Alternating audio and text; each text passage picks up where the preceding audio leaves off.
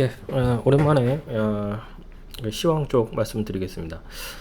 지금 이제 2023년 이제 8월 중순이고요. 내일 광복절입니다. 예, 그 이제 하반기 동안 어떻게 시장이 좀 움직일 거냐, 어떤 변수가 있을까? 뭐 굉장히 많은 뉴스들이 나오고 있는데요. 뭐 제 나름대로 짤막하게 좀 분석하는 글들을 한번 정리를 좀 해봤습니다. 예, 하반기 시장을 흔들 뇌관, 뭐 뇌관이라고 표현하면 좀 뭐 자극적이긴 하지만 어찌됐든 이제 하반기 시장에 영향을 많이 줄 수 있는 요인들, 일단 그 미국의 이제 신용 등급이 강등이 됐어요. 예, 뭐 이거 굉장히 큰 뉴스로 뭐 다들 보셔서 아시겠지만 요번에 그 피치가 AA 플러스 이렇게 이제 신용 등급을 한 단계 내렸죠. 예. 무디스는 여전히 트리플 A이고요. 가장 높은 신용 등급이 트리플 A입니다. 그 다음에 더블 A 플러스고요. S&P가 이제 2011년도에 신용 등급을 내렸죠. 그때 AA 플러스. 그래서 그때 이후로 계속 AA 플러스 이렇게 유지되고 있다. 이렇게 보시면 되겠고요. 23년 이제 피치가 신용 등급을 강등한 이유. 요건 이제 그 피치가 신용 등급 강등하고 나서 자기네들이 이제 리포트를 씁니다. 이제 우리가 이렇게 그 등급을 내린 이유에 대해서 자기네들 스스로 그 설명을 하거든요. 예, 그래서 거기에 있는 내용입니다. 예. GDP 대비해서 정부 부채 비율이 많이 증가했다. 그래서 GDP 대비해서 정부 부채 비율이라는 거는 사실 각국마다 굉장히 그 레벨이 다양합니다. 그래서 어떤 국가는 뭐 100% 넘어가는 국가도 많고 100% 안 되고 뭐 한국처럼 50% 60% 이렇게 되는 나라도 있고 각국의 체력에 맞춰서 이 정부 부채 비율은 좀 차이가 난다 이렇게 보시면 되겠고요. 지금 미국의 이제 정부 부채 비율, GDP 대비 비율이 지금 120에서 130 뭐 이렇게 왔다 갔다 하고 있는데 보시면은 2020년 코로나 위기 때부터 해서 좀 많이 증가하긴 했죠. 그래서 정부 부채 비율이 뭐 빠르게 좀 증가해야겠다. 뭐 이건 하나의 팩트인 거죠. 그래서 이런 팩트가 아무래도 신용 등급을 좋게 주기에는 좀 부담스러운 거죠. 예, 그래서 이게 가장 컸다. 그러면은 사실 정부 부채 비율을 떠나서 2011년도 요때쯤에도 이제 그 S&P가 신용 등급을 내릴 때 그때하고 지금의 신용 등급을 내렸을 때 피치가 내렸을 때하고의 이 차이, 이게 이제 어떤 어감의 차이가 있을까? 이걸 좀 보면요.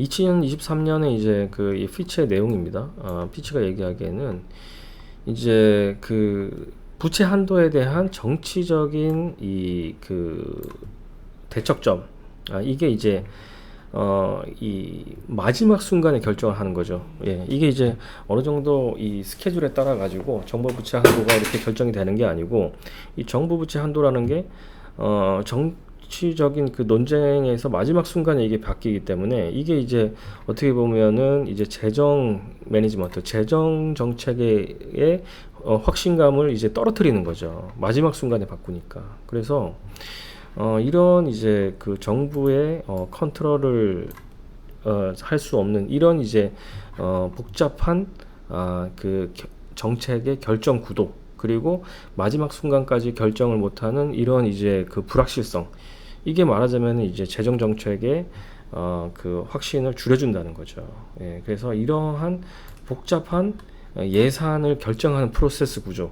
예, 한국인들도 뭐 뉴스 봐서 알지만 사실 이게 이 하원 상원 어떻게 해서 이게 이 버짓이 정부 예산이 결정되는 이 프로세스 정확하게 아는 사람 거의 없을 겁니다. 그래서 우리가 봐도 그런데 당연히 미국인들이 봤을 때도 뭐 아니면 이런 피치 같은 이제 신평사들이 봤을 때도 이 이제 정책 결정 구조 이 프로세스가 굉장히 복잡하고 예측이 쉽지 않습니다. 예, 그래서 신용 등급이라는 건, 특히 이제 국가의 신용 등급이라는 거는 이 정책의 일관성, 이게 또 굉장히 중요한 팩터예요.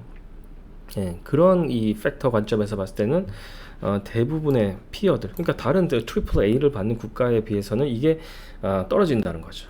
예, 그래서 결국은 정책 불확실성, 예, 요게 이제 가장 키워드고, 그 정책 불확실성 속에서 이 정부 부채 비율이 최근에 증가했는데 뭐 이게 더 증가할 수도 있는 거죠. 민주당의 지금 스탠스로 봤을 때는. 예, 그렇습니다.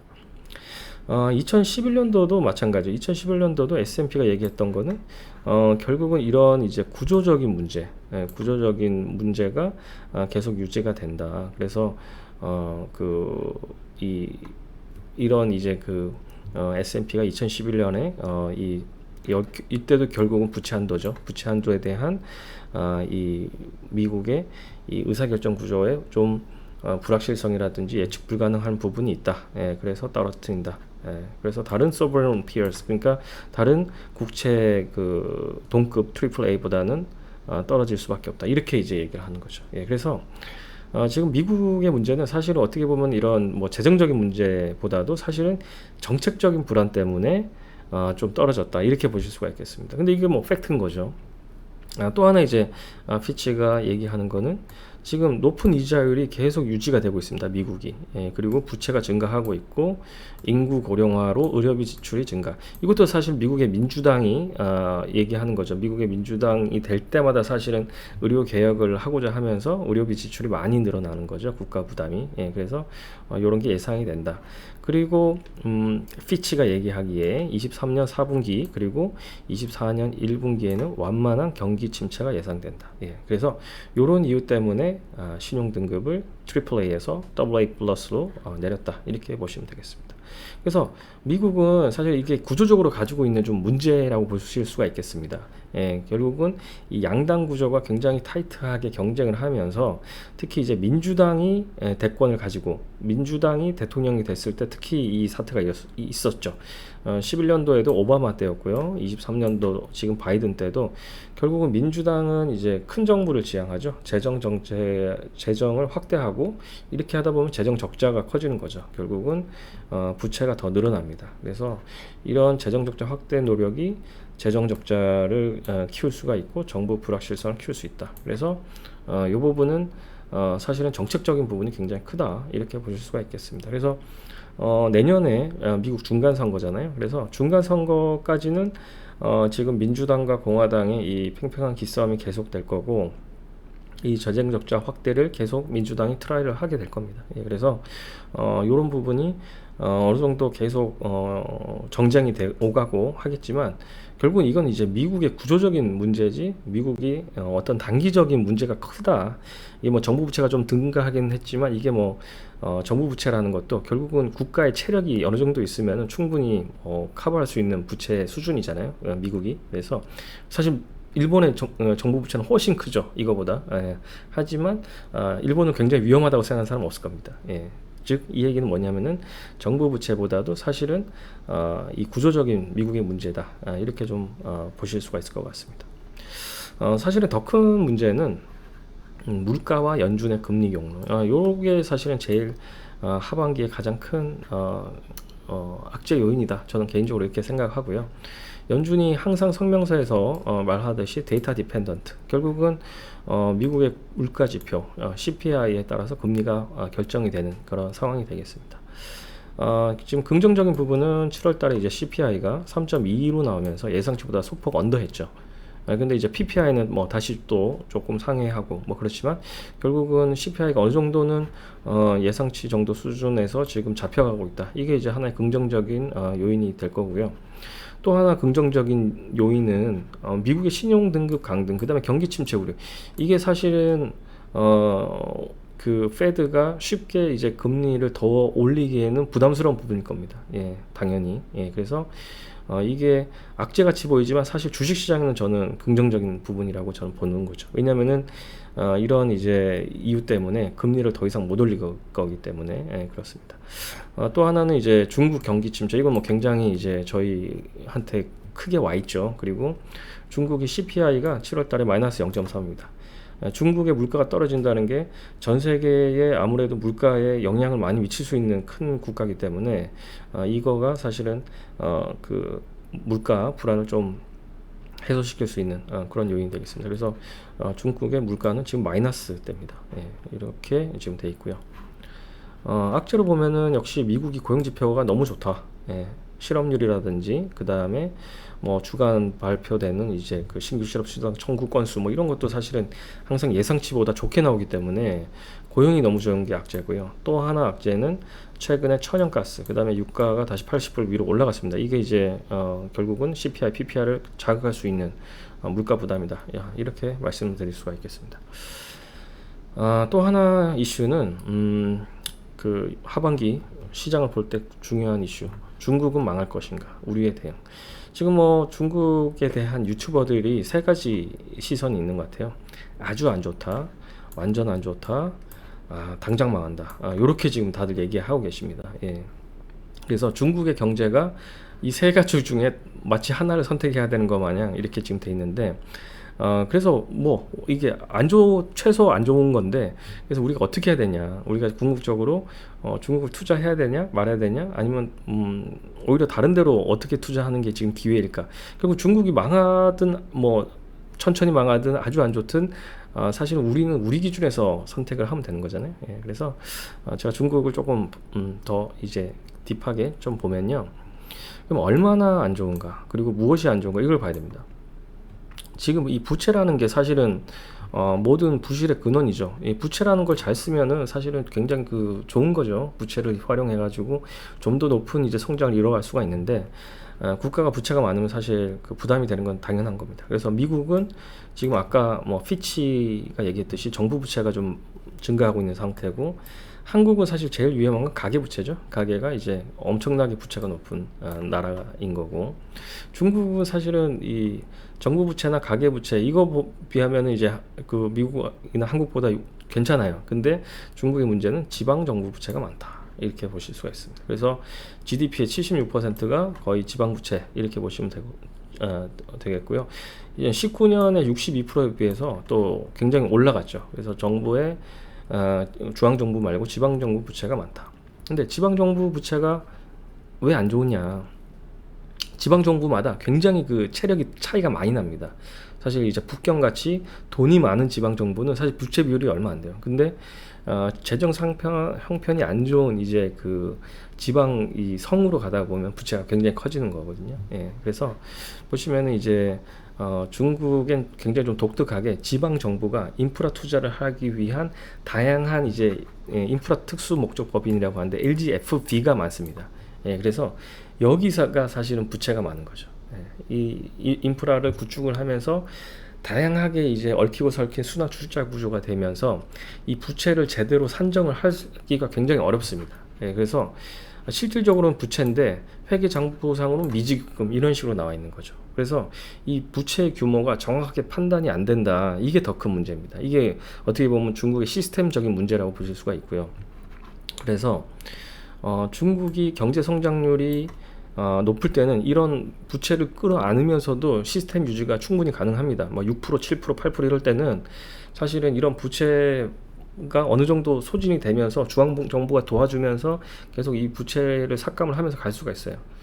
근데 이 경제 성장률이 떨어질 때는 이거를 안으면서 가기가 쉽지 않은 시스템인 거죠. 그래서 중국의 경제 성장률이 그래서 중요한 겁니다. 사실 중국의 경제 성장률이 지금 5% 정도 예측을 하는데 5%라고 하더라도 다른 나라에 비해서는 굉장히 높은 편이죠. 한국이나 미국이나 유럽보다 항상 높은 수준인데 왜 중국을 위험하냐, 당장 망하냐 이렇게 얘기하는 거는 사실 이런 경제 시스템이 이 경제 성장률이 높은 거를 유지해야지 가능하기 때문에 위험한 겁니다. 그렇게 보시면 되고, 그래서 이 경제 성장률이 지금 저하되는 국면에서 지방정부 부채 관리가 위험에 뇌관이 될 수 있다, 이렇게 보실 수가 있고요. 그러면 원인이 무엇이고 이게 좋아질 수 있는 여지가 있냐? 사실 이 원인을 공산당이 알고 있습니다. 이게 이제 하루 이틀 된 문제가 아니기 때문에 사실은 이 공산당의 이제 경제 핵심은 국무원에서 하는 거죠. 국무원이 다 알고 있는 내용이고, 이 공무원이 사실은 국영 은행들을 다 관리하고 있기 때문에 이 어느 정도는 다 알고 있는 문제인데 개선의 여지가 있느냐가 문제인 거죠. 예, 그래서 이 중국의 은행 시스템은 다 국영기업이라고 보시면 됩니다. 국영은행이라고 보시면 되고요. 이 국영은행이 아니라는 은행도 실질적으로 국무원에서 내리는 지시대로 다 할 수밖에 없습니다. 그래서 다 국영은행이라고 보시면 되는데, 얘네들이 이 해당 부채를 계속 롤오버 만기 연장을 해주면서 버티고 있는 겁니다. 예, 그래서 계속 버티고 있는 상황이다. 이 부채를 버티고 있는 상황이다. 그래서 이 부채를 결국은 대손을 상각을 하든가 아니면은 적절하게 이거를 채권을 발행하면서 이걸 옮겨야 되는데, 이 채권을 발행해서 옮긴다고 한들 이 채권을 사는 사람이 누굴까요? 결국 은행입니다. 예. 그래서 결국은 은행이 부실 채권을 좀 정상적인 채권으로 바꾸는 작업, 예, 이걸 하고 있는 거죠. 예, 그래서 이 작업을 중국은 15년에서 18년 사이에 이걸 했었고, 굉장히 많은 규모를 했었습니다. 12조 위안을 했었고요. 결국 이 은행이 이 대조표를 현실화시키는 이제 대출 금리를 낮추는 효과를 있는 거죠. 그래서 좀 더 낮은 그런 형태로 이제 리파이낸싱이 됐었다. 그리고 결국은 이거를 다시 또 해야 되는 상황이 오고 있는 겁니다. 그래서 결국은 이게 은행 부실화로 갈 수가 있다. 이렇게 얘기할 수가 있는 거죠. 왜냐, 은행은 그냥 공산당이 시키는 대로만 하기 때문에 공산당이 시키는 대로 결국은 이 부실 채권을 계속 떠안는 형태. 물론 이제 리파이낸싱에서 그 금리 자체는 좀 떨어질지언정 결국은 실질적으로 채권 발행한다 하더라도 매수자가 은행이기 때문에 똑같다.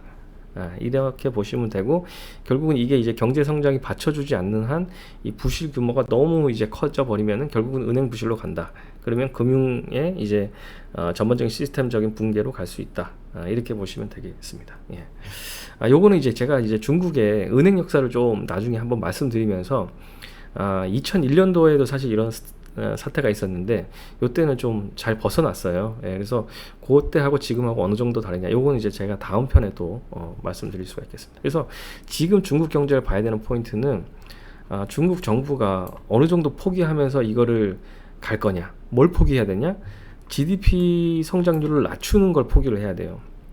예, 그러니까 중국은 굉장히 자기 자존감이 높은 이 애들이기 때문에 GDP 성장에 대한 굉장히 목표치가 높아요. 예, 그래서 이 GDP 성장을 일반적인 다른 이제 뭐 이머징이나 이제 글로벌 그 국가들보다 높기 때문에 이거를 GDP 성장을 포기하면서 가면 됩니다. 그래서 포기하면서 인프라와 건설 등의 투자를 줄여서 GDP 성장률을 낮추는 형태로 해서 현실적으로 대응을 해야 된다. 그래서 이런 그 방향성으로 앞으로 중국이 간다면은 어느 정도 경제 붕괴까지의 위협은 안 갈 거다, 저는 이렇게 생각을 합니다. 그래서 정책 스탠스를 지금부터 잘 읽을 수 있느냐가 향방이다. 중국 경제는 결국은 정치 스탠스가 제대로 이 방향을 갈 수 있느냐를 보면 된다. 저는 이렇게 생각합니다. 예, 그래서 중국 경제가 당장 망한다, 안 망한다, 이걸 떠나서 중요한 지금 핵심 포인트는